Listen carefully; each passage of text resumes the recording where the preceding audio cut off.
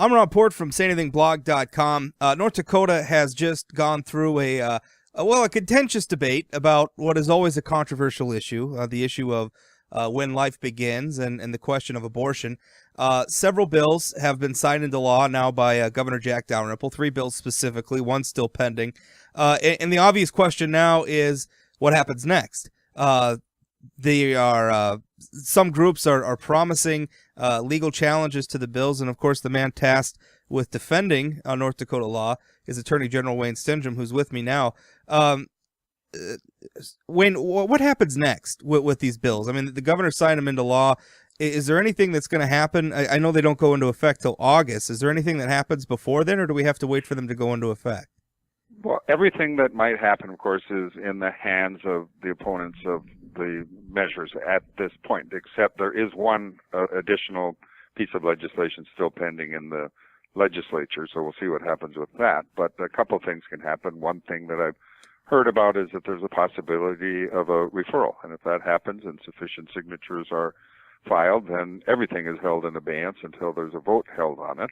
The other option, if that doesn't happen, is that we wait and see what opponents of the legislation want to do as far as a legal challenge. I know it's been threatened, and in my experience, of course, the likelihood is that that's exactly what will happen, because it does happen just about every time when a piece of abortion legislation is enacted. We, in fact, are defending one right now that was passed 2 years ago and just got done not that long ago defending a law that was passed 4 years ago. So if history is a lesson, and I think it is, we'll expect a legal challenge to these bills at some point before August 1st. The typical way that it would be handled would be that there would be a motion for a preliminary injunction and then a hearing, and we'd be off to litigate these measures.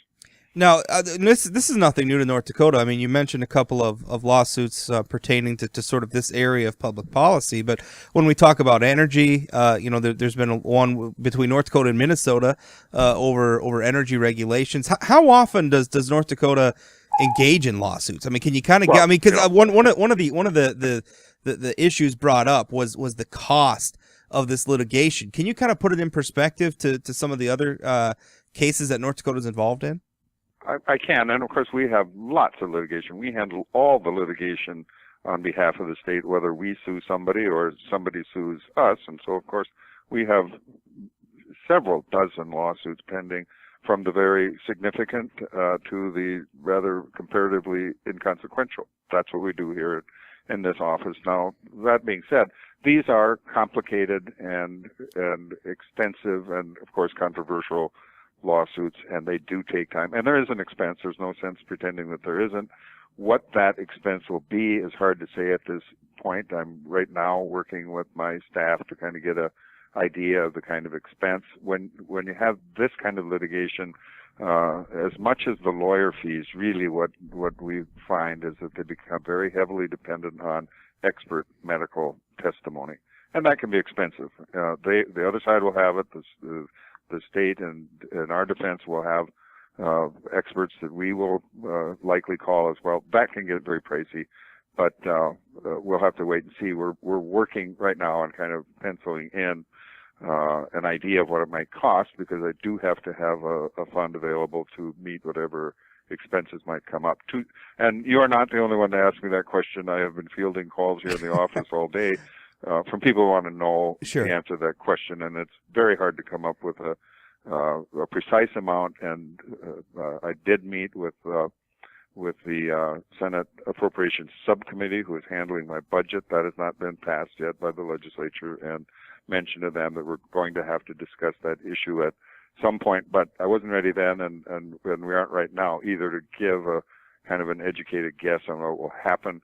But I suspect at some point the legislature will have a litigation fund of some sort to draw upon, so that we are able to do the thing that the Constitution demands of the Attorney General, which is to represent the state of North Dakota and state officials. There have been groups, private groups, that have said that they would be willing to give North Dakota some money to help defray the cost of that to the taxpayers. What's the likelihood, or what's the? I mean, can the state of North Dakota accept that money? Would the state of North Dakota accept that money? Well, typically those kinds of things would likely have to go into the general fund. I don't know, and nobody has contacted me offering those kind of donations, although it's possible. So I just don't know. No, I haven't heard from anybody offering anything at this point. But this is legislation that the legislature thought was significant enough to defend, and I assume that to pass in the first place. I assume that it is logical to conclude that they also are going to want to fund any legal challenge. That's the appropriate thing to do when they pass legislation. And then for me, of course, the thing that my oath of office, both as a lawyer and as a attorney general, require of me is to defend them.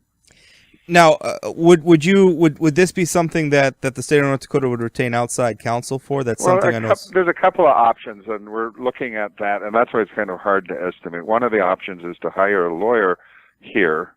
Usually, we can handle complicated and complex lawsuits, and maybe one of these laws. But we've got 4 we're dealing with now, and potentially 5, and so that becomes a little more problematic. Hiring a lawyer for a case that might go for 2 years, it can be very difficult, because what lawyer wants to come and work and say, leave your law practice, come here and work for us, but only for 2 years? And so that's problematic. The other option is to hire somebody, and I'm having discussions about that to see if there's someone. So I prefer in-state lawyers that we work with, who will understand that the litigation is the state of North Dakota's litigation, and that we'll be in charge of handling it and working with counsel. So there's pluses and minuses on both sides. I don't have an idea about where we'll come down on that side at this point. What's the next step? I mean, basically, this situation. The governor, I know, still has another bill pending on whether or not he'll sign it. But as far as what's going on, really, probably till later this summer, we wouldn't really expect to see any more action on this, other than, of course, I would imagine by the end of the legislative session, we're going to get some sort of an appropriation for a litigation fund, as you mentioned. I think there will be an appropriation. There needs to be, because these aren't going to be cheap. There's no use to pretend that they're not, because there are some expenses. But the next move isn't up to me. It's up to those who may seek to challenge the law to file a lawsuit, and I presume that they would ask for a preliminary injunction, and then we'd go from there. And that's something that wouldn't happen until this summer. It's not something I expect to happen immediately, but at some point before August 1st, when the laws take effect. Attorney General Stenehjem, thank you so much for your time. My pleasure. Always good to talk to you, Rob.